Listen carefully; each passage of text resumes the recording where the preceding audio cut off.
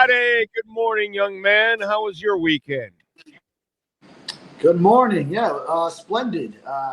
Finally got to wrap up this preseason and then now get to what really matters in the regular season and some roster cuts. So good to get a little dress rehearsal, too, for the Dolphins. The teacher was cut already today. Hmm? The teacher was cut today, Shamklin. The teacher. Yeah. Oh, well, that's good news for the students. Well, the NFL taketh and it giveth away, so they took Teddy Bridgewater, will give you back Shamklin.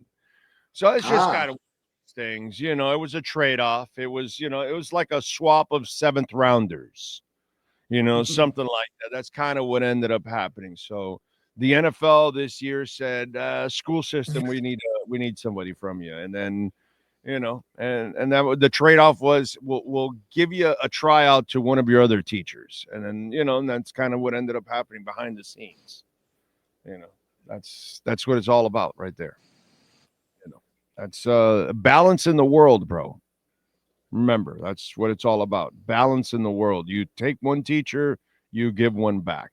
And, now the system is replenished, which is good. If you would have taken two teachers, that would not have been good. You know what I'm saying? That would have been kind of cruel. So, it's a bad thing. No, but do we know of any other? The net gain is with the school system. The net gain is with the school system. Or no, actually, sorry. No, the net loss for the school system. They lost Teddy Bridgewater. He goes back to the NFL. That's what I meant. Yeah, I got it reversed. Yeah, right. Unfortunately, right. Education. They got back one of two, so they're fortunate to get back one of two. You know what I'm saying? So. It's the least they can do. All right. On a serious note, because some people will take all that gibberish serious. Do we know of any other cuts so far? I think as I was joining, I was seeing possibly Mike Boone as well, who was also a long shot. So seems like they're going to the running backs very early on. So both of them, obviously, they were short term, get you through the preseason. Just fixes for just the reps that you need to get through these exhibition games. Mike Boone did have a touchdown in that last preseason game, but always was going to be a long shot. And I feel like the only way one of them would have been on the active roster was if there was significant Jalen Wright injury news when his deal seems to be week to week. So possibly it seems that the Dolphins could just take him into the regular season on the active roster. Maybe you don't have him for week 1. Maybe you don't have him for week 2. But you don't need to have him out for 4 weeks by having him on one of the IR spots or anything like that, hopefully. I'm thinking two things. You're releasing all the backup running backs because, one, you're going to have Achane and Wright ready to go along with Ali, and you'll be fine for the start of the season. You know what the injuries are. They'll be good. Or two, we still don't know if we're going to have the guys, but we do know this. The NFL is about to release 400 running backs that are way better than these two guys we have. We could pick up somebody that's going to be released, and they'll fill the spot better than Shamklin or Boone. Yeah, that's the thing. The Dolphins were picking up from the pick of the litter from what was available after everyone had their running backs on the 90-man roster. Then now roster cuts. That's a significant piece. Like 30, every team cutting out 37 players, if my math is correct. Then some running backs are going to get caught in the fray there and become available. Yeah. So I kind of feel like they know that there's going to be a few backs that they've got targeted already, and they're like, okay, these guys are going to be released. Let's just wait for these guys, and they'll fill it. Or the injuries aren't that serious, and they'll get those. Although they still need to go get another guy that they could probably add to their practice squad or something, or to the active roster for a week or two until they put them back to the practice squad or some shit like that. So I still think they'll be active for a running back just because they have to go on the precautionary end of it. Yeah. And maybe Mike Boone could be that option for and you know what? Just coming in, Mike Hilton has been released, according to Adam Schefter. Put it out there. So nickel corner, who was a veteran, no longer will be around. And it was always a peculiar situation with how he was being played in training camp. They could bring him back they could bring him back week to week because he's an old guy. That's what they probably could do. Instead of giving him a guaranteed deal for the rest of the year, you release him and then you bring him back if he clears waivers, and then he's kind of week to week. And whenever you release him, he's done. So I think that's what they're going to do with a guy like Hilton because he's 31, isn't he? Isn't he old? Yeah. 30 or 31. Yeah, one of those. Mm-hmm. Yeah. And it's not like he's anything special. So they're a dime a dozen, and they're going to release a whole bunch of other ones. And he was already on the street after everybody had their 90. So I think they feel good that he'll clear waivers, and then they can sign him week to week and just have him on the roster, and then they can release him. I think that's how it goes. And then they can release him at any time, week 5, 7, and they're not committed to paying the rest of his salary. I believe that's how it goes. Yeah. Sorry, I was putting out a tweet too, so I was like half paying attention because I had a live tweet that Mike Hilton has been cut. But yeah, I think that sounded right. Sorry, my attention was lost a little bit as there's breaking. I know that if he reaches like week 10 or 12 or something, like he's locked in for the year or some shit. I don't know. I forgot how it goes. I don't have all the loopholes and everything like that. But I know that they have some time to, decide, okay, we like him or we don't, and they could just keep him from week to week pretty much. Well, he's signed for the year, but they're not really tied for a guaranteed contract for the week. So for the year, I wonder if that's what they're going to try to do with Mike Hilton.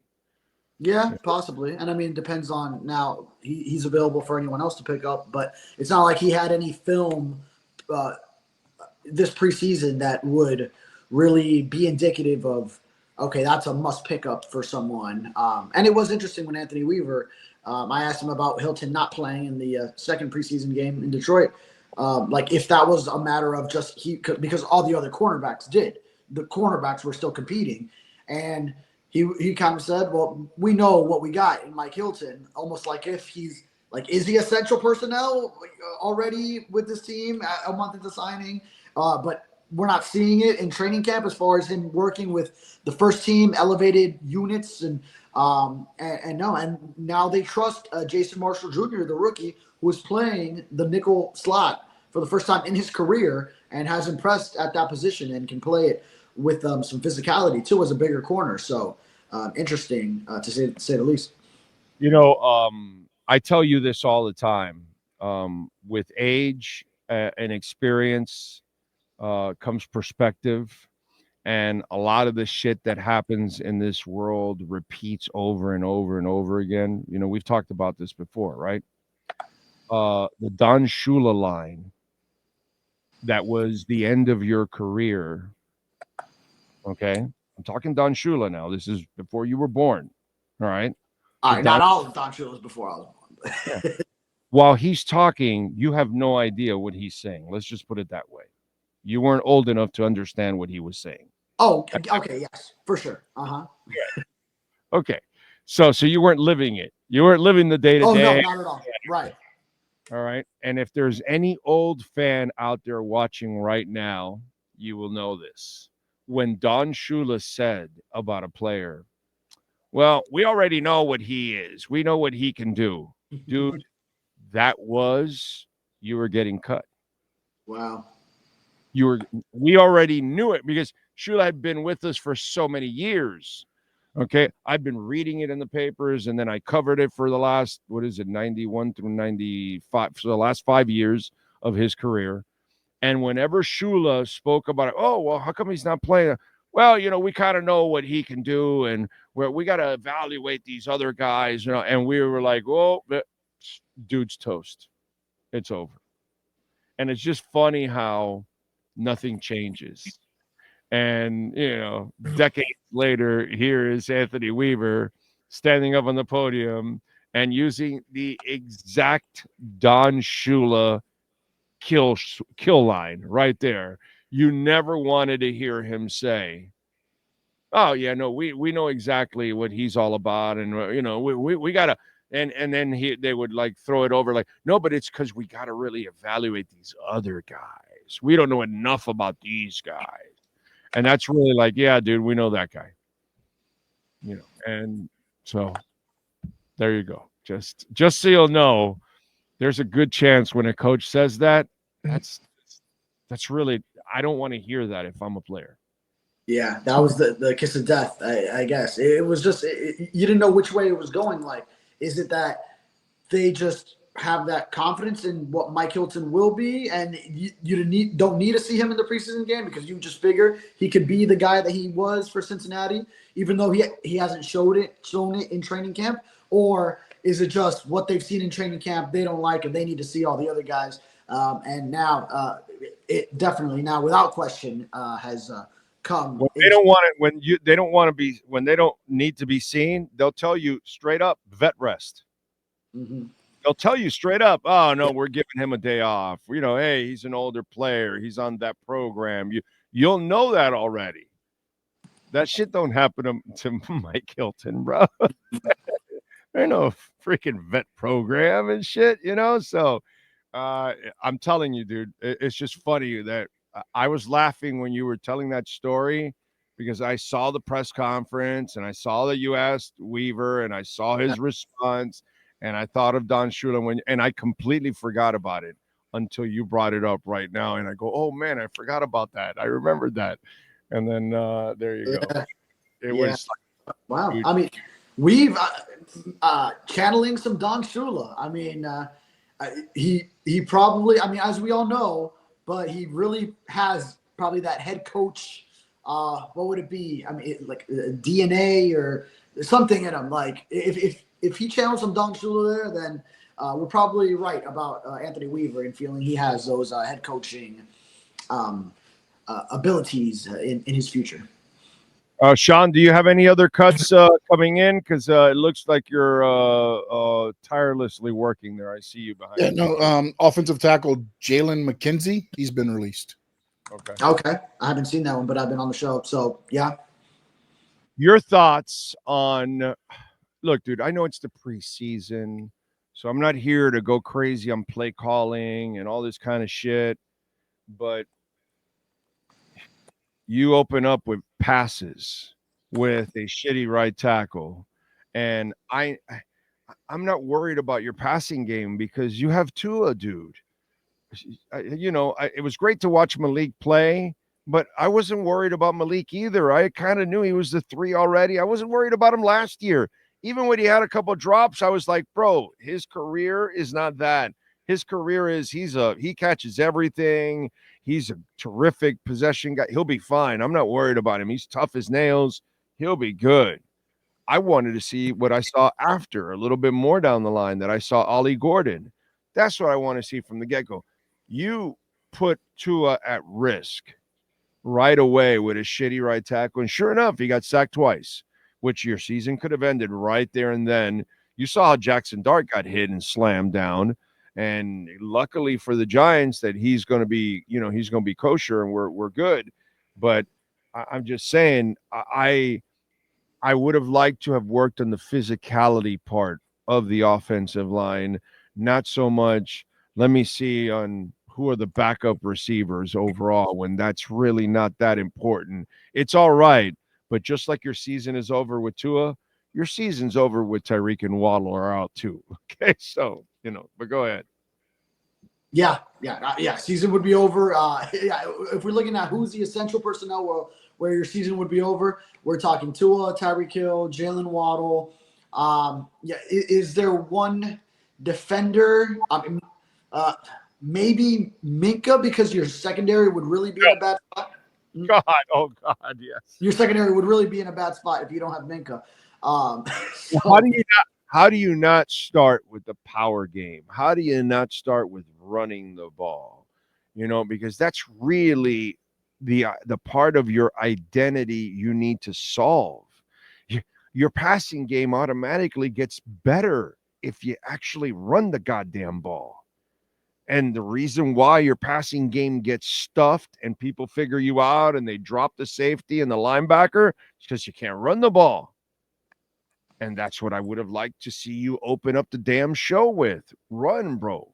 But commit yourself to punishing people. And now that you got a kid like Ollie, maybe you can do stuff like this and you can have a thunder and lightning combination. That's my point on the play calling part at the beginning of the game, putting your quarterback at risk, and you're not even working on your real weakness. Yeah, especially when Ollie Gordon is thrust into starting duty because you've got, well, first Alexander Madison out for the season. Jalen Wright is hurt, a week-to-week deal. And now Devon Achane, you're protecting him against that little calf tweak, whatever it was that you just want to be cautious with before the regular season. Well, now Ollie Gordon thrust into starting duties. He's a power runner. Then go and establish that early, which the Dolphins seemed to, when they did give him the ball, even early on when they struggled those first couple drives, he was still pounding out some yardage. It seemed like he was effective when he was in there. But, the pass game took longer. I know on the Jaguar side that first-year defensive coordinator Anthony Campanile, even with some backups in there, he threw some stuff out there that the Dolphins weren't ready for. And he knows the Dolphins, of course, from being under Mike McDaniel as the linebackers coach here for a couple of years, where they had where he was a flow guy, but he was held over for some Mike McDaniel years. So good early impression of him running a defense to throw some stuff at Mike that the Dolphins weren't ready for.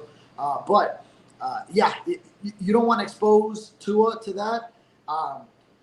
Maybe for him, good to at least feel a couple of hits and like come out okay. Like, all right, I took a hit, I'm fine. But it would have been disastrous if he takes a hit and something bad happens. So that's definitely not what you want to see. Can I say something? That's a load of shit that everybody talks about. That's a load of shit from Tua. Oh, I could get that he's out. the one going through it, though. He's the one on there on the field that's got to, like. We don't need it. We don't need you to go through it. He doesn't need to go through it, bro. That's a bunch of crap, dude. He doesn't need to go through any of that. He just needs to play the game and play the game untouched. That's exactly the way he's supposed to play the game the way Floyd Mayweather boxed. You know, everybody used to say Floyd Mayweather is boring. No, asshole. He's a boxer. They're supposed to do that. They're supposed to hit and not hit, dumbass. Oh, but that's boring. That's why he's so effing good, moron. Yeah. He can hit you and you can't hit him. That's the idea. That's when you're really elite. Now, if you stand there in the middle of the ring, that's what we all love the Neanderthal one. Yeah, rock'em sock'em robots. Hey, yeah, everybody loves that shit. Everybody loves Tyson and the game. Yeah, of course you want to go against Glass Joe. Yeah, I understand all of that, but that's not real boxing. Real boxing is what Floyd Mayweather did. And real quarterbacking is what Dan Marino did, is what Tom Brady did, is what Peyton Manning did. These guys avoided hits, and they were experts at it. He doesn't understand that he has to be an expert at being Floyd Mayweather. Okay? He wants to be Roberto Duran. And guess what? He doesn't have manos de piedra. So if you don't have manos de piedra, you don't want to seek contact. But this moron somehow thinks, no, I needed that. No, asshole. Any of those two hits could have ended your season. Play the game the Mayweather way. Yeah, protect yourself at all costs. Which once he took those hits, then he landed the right way. They weren't big physical. He got wrapped up. Like, it wasn't like he got slammed down, anything too bad. Control over a 300-pound man grabbing you. But, right. It's not always going to be that way. Yes. Yeah. Especially when you're an Oompa Loompa. Yeah, no, you could control that momentum, that weight, that torque turning the corner. Sure, no problem. Go ahead. I think Tua is also bad at mathematics. Bad at mathematics? Why is that? Oh, obviously, he doesn't understand the weight of one object and the weight of another object. Physics. Yeah, maybe some physics is lacking. Yes. he obviously failed in that department. Okay, there's no doubt about it that he failed in that department. That's for damn sure. All right, so offensive line, your concerns. Austin Jackson. Who are the backups? What backups? Any backups? Although my boy Keon is doing a little better, but go ahead. Yeah, I mean, Keon's going to be one of those fringe roster spot players that's up there for it. And with the injuries on the offensive line, might be needed on this initial 53. Similar situation for Daniel Brunskill, I think. I think as we were on, Jackson Carman may have already been alerted he was cut. You're getting a thumbs up from the expert producer that is Sean Stanley. I haven't been able to stay up on all the news, but I did. I think I did see that. That's why we have Sean Stanley. See, 3 heads are better than 2. That's excellent work. Yes. Yeah, according to Barry Jackson, already cut. So he was one of those competing for those spots. I thought, and clearly not going to get one. So better odds now for Keon Smith as Andrew Meyer continues to be injured with it's either an arm or an elbow. He's been seen with a brace on his left arm.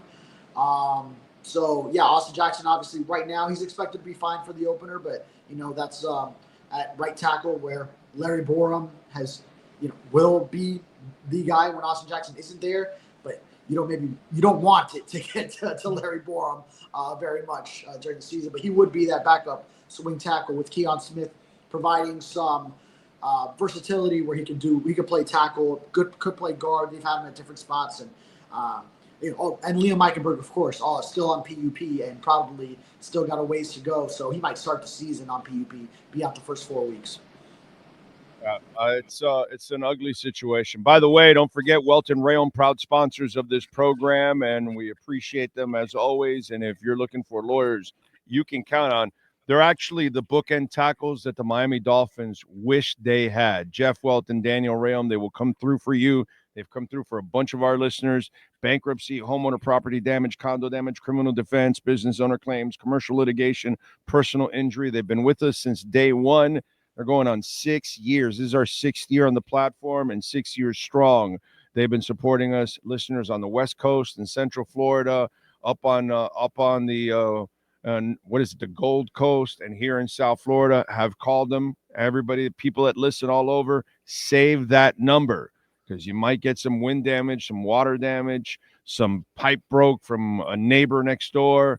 954-966-4646. All right.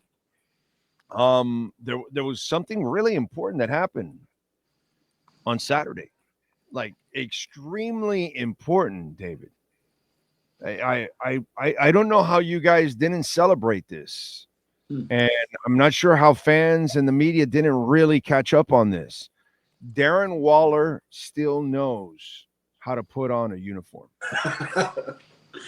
That's what we saw him do. We saw him go through stretch. We saw him stretch and warm up and run the pregame routine of not really routes, but just light running routes on air that quarterback throws to him. So he went through the pregame routine. So he would be ready on that front. My favorite favorite line was that McDaniel said in the press conference there was no setbacks. I mean, he wasn't talking about just that he made it through the pregame workout. He's saying that he has not experienced, Darren Waller has not experienced any setback. Yeah, no setbacks in his preparation for nothing on Saturday night. He put on the pads, he put on the uniform, tied the shoelaces. He went out there and there was no setbacks. So, I mean, you got to feel positive about what's going on with Darren Waller, right? I mean, there is no doubt he catches at least 1,200 yards, right? Maybe 108 balls, easily 14, 15 touchdowns. What's your projection? Season predictions for Darren Waller? Yeah, I mean, dude, he knows how to put on a uniform.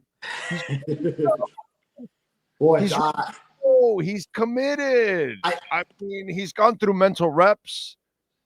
He's so set, dude. Mental reps. He knows how to wear his uniform. He can find the stadium. Important. It's important. Okay. He can find the practice field. I don't know what more proof we need. Go ahead, smart guy. Let's go. To predict what Darren Waller will do this season, I have nothing to base it off because I haven't seen him practice. I literally have not seen him go through any practice reps. So, but he had mental reps. He's got the mental reps. What? I mean, reps are important. I mean, it's just mental reps. So now he hasn't been ready to do any of this, and now we're going to get him ready for the regular season. I like this. Yeah. No, I mean, I'm on board with you. I've always just found it just tough to believe he's going to get ready now in 2 weeks of practices when he was only activated off PUP, allowed to really even be on the team for the stretch portion of practice this week. After 4 weeks of only doing work on the side of everything, getting in football shape on the side. I would have liked to see him on a more accelerated practice ramp up toward the season. But with how slowly the activation off PUP came, to now believe that he'll be football ready without any similar to game reps, anything like a game, real football being practiced with a week and a half left. I find it really difficult to believe where maybe he could give you a few snaps week one, depending on how that goes, but there won't be an audience for it. We won't be able to really see how effective he is in any team portions or anything like that. Well, we got now the Jason Sanders injury, which I think we'll probably see a move for a kicker at one point or another here, because that doesn't seem like something that's going to be fixed right away. That one's kind of scary. Achan's been banged up. Jalen Wright is banged up. Austin Jackson is coming back from an injury. Darren Waller hasn't even played football, hasn't practiced, hasn't done anything. You think about a team that is about to start the season, there's a shit ton of question marks that nobody knows anything about. And, oh, my God, they got to all come into play. I mean, all these pieces need to fall into place, or, even game one, it becomes kind of like a real issue for you. You know what I'm saying? So there's a lot of, we're putting off they'll be ready. And that's kind of scary. All these people that you're hoping to be ready. Yeah. Similar to a lot of preseasons, last preseason, this is what was said with a lot of guys in the secondary, especially. It was Jordan Poyer. I believe I remember Javon Holland was going through one thing. Jalen Ramsey, the contract situation, plus his injury that was keeping him off. You just had Kendall Fuller, and none of them ever really practiced all together. And then they were expected to go out there week one and work in unison. So that's the kind of effect that it has when you don't get this training camp ramp up. And players are missing time working with each other as new teammates onto a roster that don't have experience playing with one another. Training camp in the preseason, a little bit of preseason reps for veterans, is the time to work out some of those kinks and get to working together. Yep, I'm with you there. All right, what do you got going on in the Herald, my brother? Oh, well, I got nothing in the Herald, but I put in the Sun Sentinel. Sorry, but in the Sun Sentinel, we do have our football preview section out, so all of that content it was available first to subscribers in print, and then I got to check an email, but I think now it will be on newsstands as well in one of the upcoming issues, as well as a rollout of these season preview stories online. Plus, it's all about roster cuts early in this week, and we should hear from Chris Greer after all those cuts. So there will be some content, some news to get out of the Dolphins general manager ahead of the season. And by the way, they just added Jackson Carman to the list of players. Oh yeah, we mentioned him. We mentioned him. Mm-hmm. Jackson Carman, Shamplin, Hilton, Mike Boone. What was the other lineman that they released, Sean, that you just said a little bit ago? Jalen McKenzie. McKenzie. Yes, Jalen McKenzie. So we'll see. We'll see what happens because it's going to be an ugly cut down, and then they're going to go fishing for some pieces at the. What are you looking at? Like the last 3 or 4 spots on the roster will be moved around. You're thinking? Sorry, say what? Say again. Like the last 3 or 4 roster spots could be kind of very liquid. Fluid. For sure. Yeah. I mean, do you go? Because I think you got your 6 receivers. How many defensive linemen do you go with? Like, is it going to be 6 pass rushers? The cornerbacks and safeties could be fluid. So there's a lot of mixing and matching you could do. It seems like they are set with 3 running backs as we expected. But yeah, the tight ends, like, does Tanner Connor make it? And then does that, if not, does that open up another spot? If you're trusting Darren Waller as a pass catching tight end, I believe it'll just be 8 offensive linemen to start. You're not going to go all the way to 9 with this group. So yeah, there's definitely so much mixing and matching that could happen depending on who gets those last spots, and then who becomes available from other teams, as you maybe have some deficiencies at one position over another, and then it'll be fluid through the week, and then through the season. It's going to be a constant liquid roster, of course. Yeah. All right. Follow him on Twitter at David Furones _ Should be a lot of movement in the defensive back and offensive linemen for the Miami Dolphins. That's probably what we're going to see all throughout the season. So follow him on Twitter at David Furones _ Catch his work there at the South Florida Sun Sentinel. David, as always, thank you, my brother. Appreciate you immensely. Yes, sir. Thank you. You got it. Bankruptcy, homeowner property damage, condo damage, criminal defense, business owner claims, commercial litigation, personal injury. Reach out to the guys. The consultation's completely free. So if you don't know, even if you have a case, explain it. You might. 954-966-4646.